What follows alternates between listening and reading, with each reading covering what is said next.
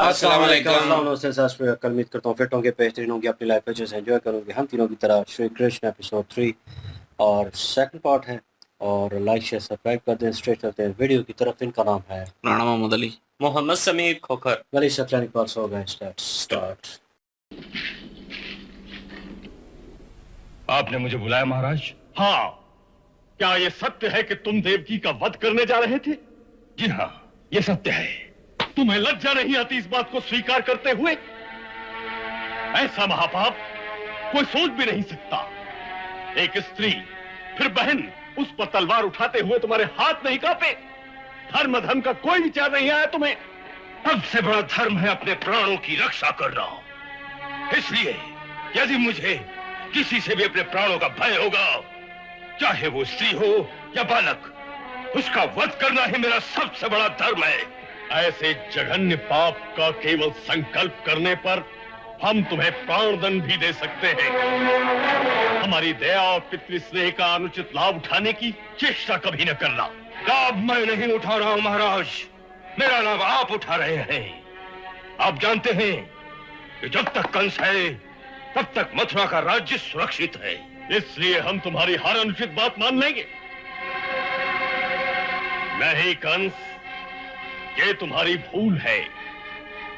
हम राज्य को सुरक्षित रखना चाहते हैं, परंतु धर्म के राज्य को, पाप के राज्य को नहीं। जो शक्तिशाली होता है वो जो करता है वही धर्म होता है। इसलिए धर्म का राज्य क्या है और पाप का राज्य क्या है, इसका निर्णय वही करेगा जिसके पास शक्ति होगी। और इस समय शक्ति किसके पास है ये आप जानते हैं? हाँ, जानते हैं। शक्ति सदा राजा के ही पास होती है।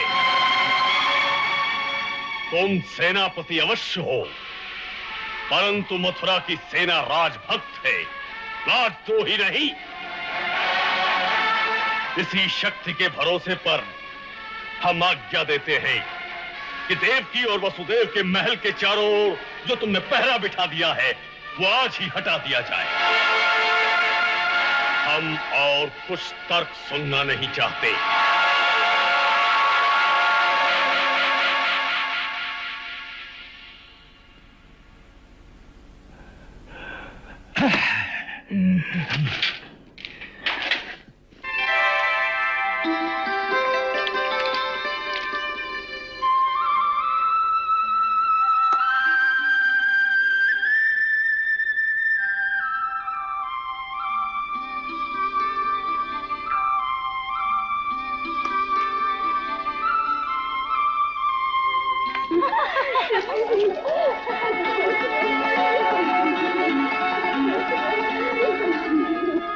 श्वेतपाल जी, स्वामी तुम लोग अंदर कैसे आ गए?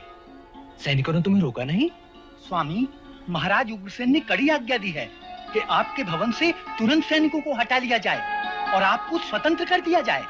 अच्छा। और स्वामी, सुना है कि महाराज ने युवराज पर बहुत क्रोध किया है।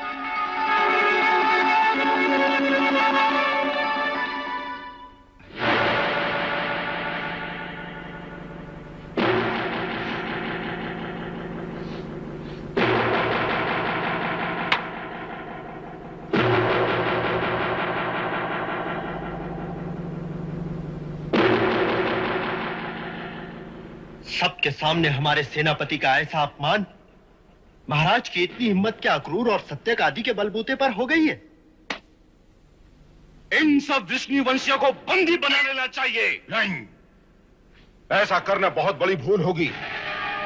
पहली बात तो ये याद रखनी चाहिए कि महाराज ने जो कहा था कि मथुरा की सेना राजभक्त है, और वो सत्य है।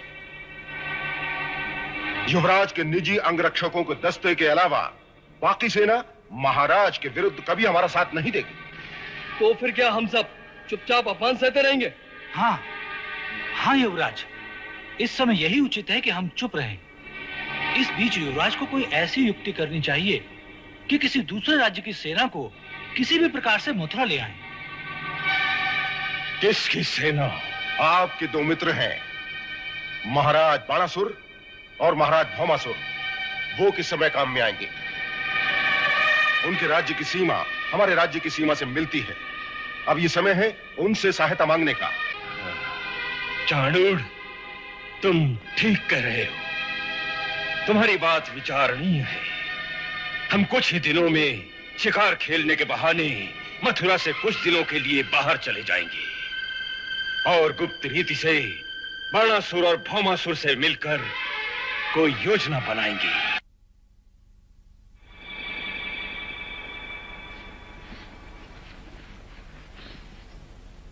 जोहार महाराज। आओ अक्रूर जी, पधारो। कहिए, क्या समाचार है? समाचार तो सब आप भी जानते हैं महाराज। इस समय कुमार वसुदेव और देवकी की रक्षा का प्रश्न है महाराज। उन्हें तो महाराज उग्रसेन ने मुक्त कर दिया है। भय हमें महाराज से नहीं, कंस से है। आज भले ही वो महाराज उग्रसेन के सामने दब गया है, परंतु वो पापी कुमार वसुदेव और देवकी को निश्चिंत नहीं रहने देगा। उसके हाथों वो दोनों कभी सुरक्षित नहीं रह सकते महाराज। तो आप क्या करेंगे? कि इससे पहले कंस कोई और चाल चले, हमें कुमार वसुदेव और देवकी को इसी समय मथुरा से निकालकर किसी सुरक्षित स्थान पर पहुंचा देना चाहिए। महाराज, अक्रूर जी का ये प्रस्ताव उचित है, इसे स्वीकार कर लीजिए।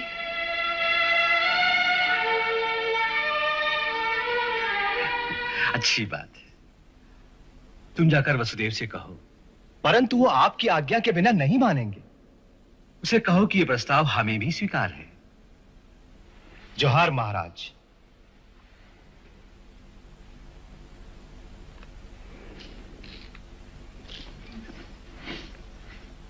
आप समझने की कोशिश कीजिए कुमार। आपका यहां से निकलकर किसी सुरक्षित स्थान पर जाना आवश्यक है, तभी तो भविष्यवाणी सत्य हो सकेगी। आप भविष्यवाणी को सत्य मानते हैं? अवश्य। तो फिर जिन्होंने भविष्यवाणी की है उसकी सत्ता को नहीं मानते? अर्थात? अर्थात क्या? यदि यह निश्चित है कि हमारी 8वीं संतान कंस का विनाश करेगी, तो फिर यह भी निश्चित है कि हमारी 8 संतानें होंगी। अवश्य। फिर तो यह भी निश्चित हो गया कि हम जहां भी रहें, जैसी भी दशा में रहें, हम जीवित रहेंगे। फिर हमारी सुरक्षा के लिए इतनी भागदौड़ क्यों? परंतु कुमार। अक्रूर जी, भगवान ने किसी मानव के हाथ में किसी दूसरे के जीवन और मृत्यु का अधिकार नहीं दिया। हाँ, यदि काल ने ही हमें मारना है तो हम मथुरा छोड़कर जहां भी जाएं, काल हमें वहीं आकर मार देगा। और यदि काल ने हमें नहीं मारना है तो कंस मथुरा में भी हमारा कुछ नहीं बिगाड़ सकता। इसलिए मथुरा छोड़कर जाना मुझे उचित नहीं लगता।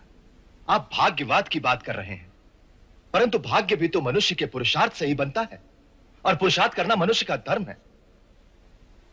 जो अपने धर्म का पालन नहीं करता, धर्म उसकी रक्षा नहीं करता।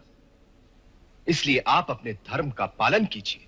मैं अपने धर्म का ही पालन कर रहा हूं, और इस समय मेरा धर्म यही है कि मैं मथुरा में रहूं। क्यों? क्योंकि मैंने युवराज कंस को वचन दिया है कि मैं और देवकी मथुरा छोड़कर नहीं जाएंगे। अपने इसी वचन को धरोहर रखकर मैंने युवराज कंस से देवकी के प्राण उधार मांगे हैं। इसलिए मेरा धर्म यही है कि मैं मथुरा में ही रहूं। क्या कुमार वसुदेव ने ऐसा कहा? जी महाराज। वाह वाह कुमार वाह, तुम धन्य हो पुत्र, और ऐसे सत्यवादी पुत्र को पाकर हम भी धन्य हो गए। वो कोई पिछले जन्म का ऋषि है, ऐसा सत्यवादी, सत्य का ऐसा साधक, सत्य का ऐसा पुजारी। तभी तो भगवान उसके घर में जन्म ले रहे हैं।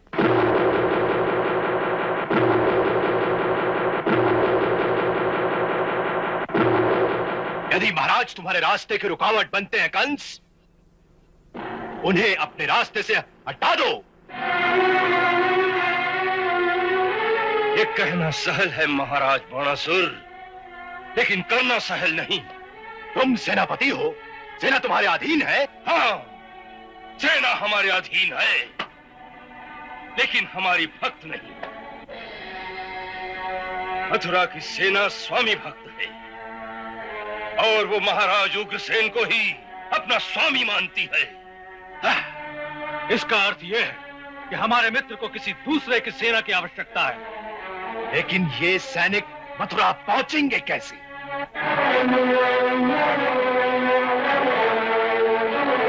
इसके लिए एक तरीका यह है कि हमारे सैनिक वेश बदलकर छोटी छोटी टुकड़ियों में मथुरा पहुंच जाएं और तुम्हारा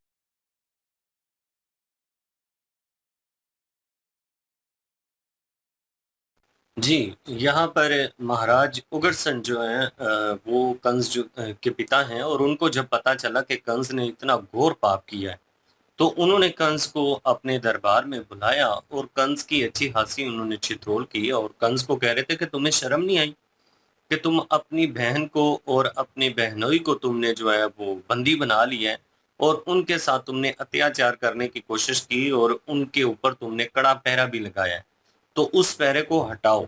तो कंस ने यही अपना जो है वो उस वक्त पॉइंट दिए। कंस ने ये कहा कि मेरा ये धर्म है कि मैं अपने जो प्राण हैं उनको बचाने की पूरी प्रयास करूं, तो सबसे पहले मेरे प्राण जो हैं वो बचने चाहिए। तो जो आकाशवाणी हुई है उसी चीज को लेकर कंस ये सारा कुछ कर रहे हैं, लेकिन महाराज जो हैं वो धर्म के रास्ते पे चलने वाले हैं और वो बिल्कुल भी नहीं चाहते कि उनके दामाद जो हैं वो इस हालत में रहें, तो इसलिए उन्होंने जो पहरा उनके ऊपर लगा हुआ था वो हटा दिया और लोगों को उनके साथ मिलने की इजाजत भी दे दी है। अब कंस ने ये सारी स्थिति देखी है जो, तो कंस को लग रहा है कि उसका बड़ा अपमान हुआ है, क्योंकि महाराज उग्रसेन जो है सारा जितना भी मथुरा है वो सब लोग उनके साथ हैं, उनको अपना स्वामी मानते हैं।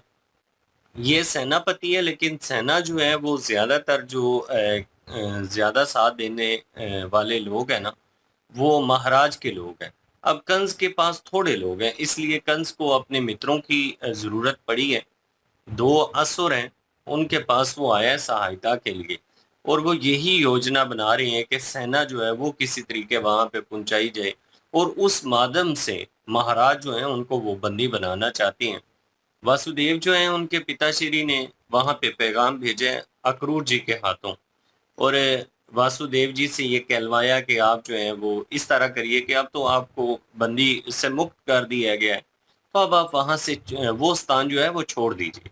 लेकिन उन्होंने कहा कि नहीं, ऐसा नहीं हो सकता। उन्होंने जो वचन दिया हुआ है उस वचन को वो पूरा करना चाहते हैं, इसीलिए तो कंस भी उनको कहता है कि आप सत्यवादी हैं और आप अपनी बात से पीछे नहीं हटते। बिल्कुल जी, कोशिश तो पूरी है कंस की कि कहीं ना कहीं वो अपनी क्या लें कि जिस तरह उन्होंने कहा कि मतलब मृत्यु को खत्म करना और इस क्या लें कि वो जो उनके ऊपर संकट आना है मतलब मृत्यु का और उनकी संतान के द्वारा, तो वो अपने वो पिता से इसी चीज़ के ऊपर वार्तालाप कर रहे थे, लड़ रहे थे कि मेरा ये भी कर्तव्य बनता है अपनी जान की हिफाजत करना और ये मैं करूँगा।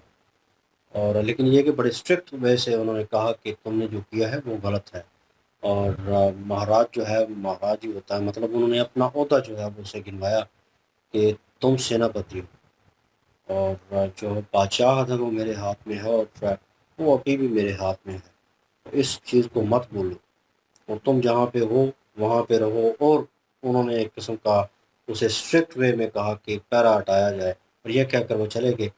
कंस जो है उसे बहुत बुरा लगा है, ये चीज़ जो है धचका लगा है उसको कि मेरी कोई वैल्यू नहीं है, क्योंकि वो बड़ा अकड़ में कह रहा था कि मैं हट जाऊं तो पता नहीं कौन कौन सी फौज जो है वो हमला कर देगी, मेरे वजह से डर पैदा हुआ है यहाँ पे, मेरी वजह से ये सारी कह लें कि सिक्योरिटी के जितने भी हालात हैं वो बेहतर हैं, तो मेरी वजह से अगर मैं हटता हूँ तो यहाँ पे हमला होगा। वो अपनी सिफतें गिनवा रहा था, लेकिन यह है कि उसे कड़ी कड़ी जो है वो सुननी पड़ी और उसे पता चला है कि मेरी वैल्यू क्या है, मेरी औकात क्या है। और फाइनली जो है वो कह लें कि अपने दोस्तों के हमरा थे मेरे हाल में और वो काफ़ी परेशान था कंस और चक्कर लगा रहा था इधर उधर, जैसे फ्रस्ट्रेशन में बंदा होता है कि अब क्या करूं, मेरे पास कोई ऑप्शन नहीं है। तो उधर पैरा तो हटा दिया गया, लेकिन वो अब जो है उसे सजेशन दे रही है कि उनको हटा दो रास्ते से, मतलब कोशिश करो कि उनको हटा दो। अब उनको किस तरह हटाएंगे वो कर नहीं सकते। उन्हें पता है कि जितनी भी सेना है या वहाँ के लोग हैं मथुरा, वहाँ के लोग हैं जितने भी, वो जो है वो काफ़ी उनसे प्यार मोहब्बत और वो चीज़ जो है वो करते हैं। क्योंकि वो उनकी साइड लेंगी, वो अपने मुंह से कह रहा है। तो इट्स मीन्स के ज़्यादा सपोर्ट जो है वो महाराज को है, इनको कम है इनकी अकड़ की वजह से, इनकी बेवकूफ़ियों की वजह से, इनके जुल्मों से कम की वजह से।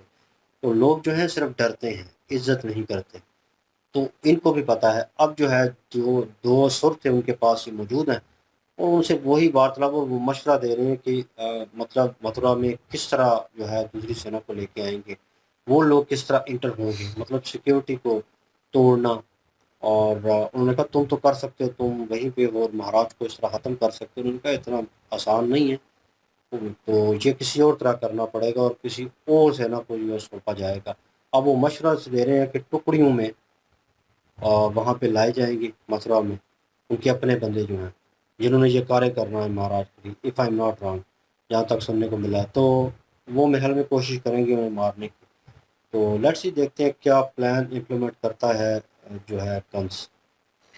बिल्कुल, ये आकाशवाणी की बात हुई है तो आकाशवाणी में कह रहे थे कि जी अपना क्या अगर ये सच है तो फिर तो ज़ाहिर है हम 8वें पुत्र तक जो है वो जीवित रहेंगे, क्योंकि 8 संतानें तो हमारी होंगी, क्योंकि 8वें ने उसका वध करना है कंस का।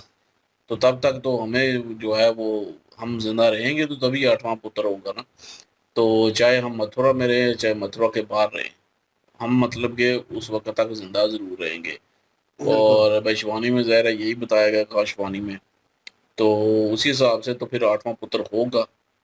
तो तब तक हमें ना कोई कुछ कह सकता है और ना ही कोई मथुरा से बाहर कह सकता है, मतलब कि ना ही अंदर कह सकता है। तो इसलिए वो नहीं जाएंगे और वचन दिया हुआ है। फिर भी वो इसरार कर रहे थे कि आपको जाना पड़ेगा, लेकिन उन्होंने कहा कि मैं धर्म ही निभा रहा हूँ, क्योंकि मैंने वचन दिया हुआ है ना। वचन अब उन्होंने दिया हुआ है कि मथुरा छोड़ के नहीं जाएंगे कहीं पे भी, और अपनी हर संतान को जो है वो उनके हवाले करेंगे।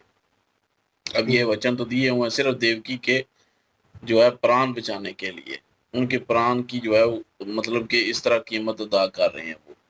तो बहरहाल अभी आगे देखते हैं, क्योंकि जो कंस है वो बानासुर के पास भी चला गया और दूसरा भी उसका जो असुर दोस्त है उसके पास उनकी सेना लेके आएगा। अब वो उनकी सेना ज़ाहिर है हमला करेंगी और हराएंगी, और फिर ये मेरे ख्याल में महाराजा बनेगा।